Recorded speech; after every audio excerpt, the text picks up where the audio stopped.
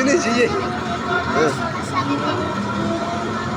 እኮ በሎ ነው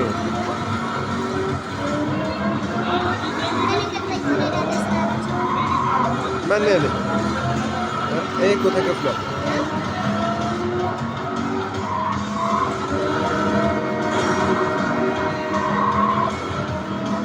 እያየሽ ነው እንጂ መኪና እኮ እየታየ ነው የሚነዳ። ኢትዮጲስ መኪናውን አታጋጩ እንጂ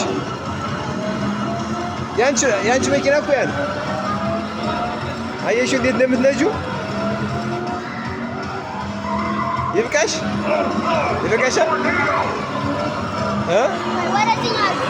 በቃሽ።